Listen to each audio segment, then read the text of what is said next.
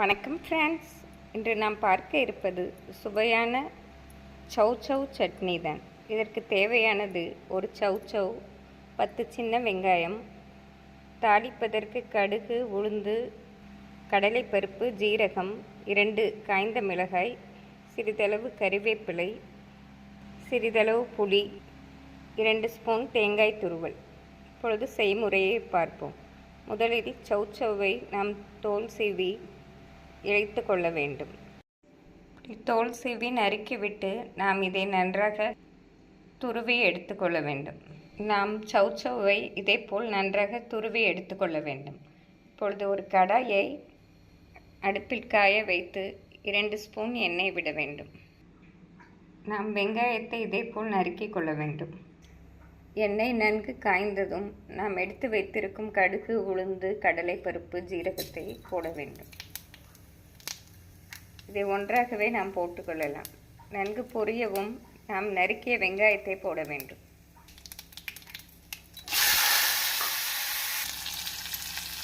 வெங்காயத்தை போடவும் நாம் கறிவேப்பிலையும் காய்ந்த மிளகாயும் போட்டு விடலாம்.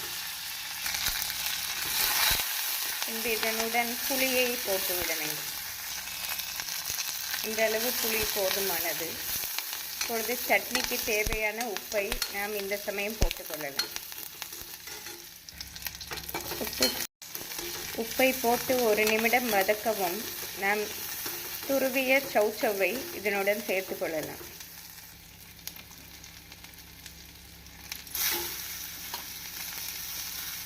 சௌசௌவை போடும்போது நாம் தண்ணியை நன்றாக பிழிந்து போட வேண்டும். நாம் ஒன்றாக கலந்துவிட்டு காட்டம்பர் தண்ணீர் தெளித்து மிதமான தீயில் 2 நிமிடம் மூடி போட்டு வேக வைக்க வேண்டும். நாம் இந்த அளவு தண்ணீர் தெளித்தால் போதுமானது. இப்பொழுது மிதமான தீயில் தட்டை மூடி நாம் ஒரு 2 நிமிடம் வேக விட வேண்டும். ஃப்ரெண்ட்ஸ், இப்பொழுது சௌசௌ நன்றாக வெந்து விட்டது. இந்த சமயம் நாம் துருவிய தேங்காய் பூவை இதனுடன் சேர்த்து கொள்ளலாம்.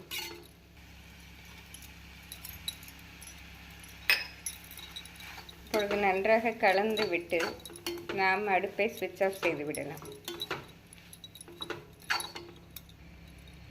காரம் அதிகம் விரும்புபவர்கள் இன்னும் 2 காய்ந்த மிளகாய் சேர்த்து கொள்ளலாம்.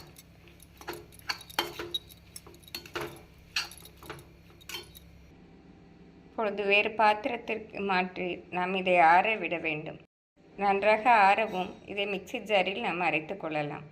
நாம் இதனுடன் விருப்பப்பட்டால் ஒரு தக்காளியும் சேர்த்து கொள்ளலாம். நாம் புளி போட்டதினால் அந்த சுவையே அருமையாக இருக்கும். நாம் மிக்சி ஜாரில் போட்டு நன்றாக அரைத்து கொள்ள வேண்டும். ஃப்ரெண்ட்ஸ், அருமையான சௌசௌ சட்னி தயாராகிவிட்டது. நாம் தோசையுடன் சாப்பிடும்போது மிக அருமையாக இருக்கும். இதை செய்து பார்த்து எப்படி இருக்கிறது என்று கூறுங்கள். நன்றி, வணக்கம்.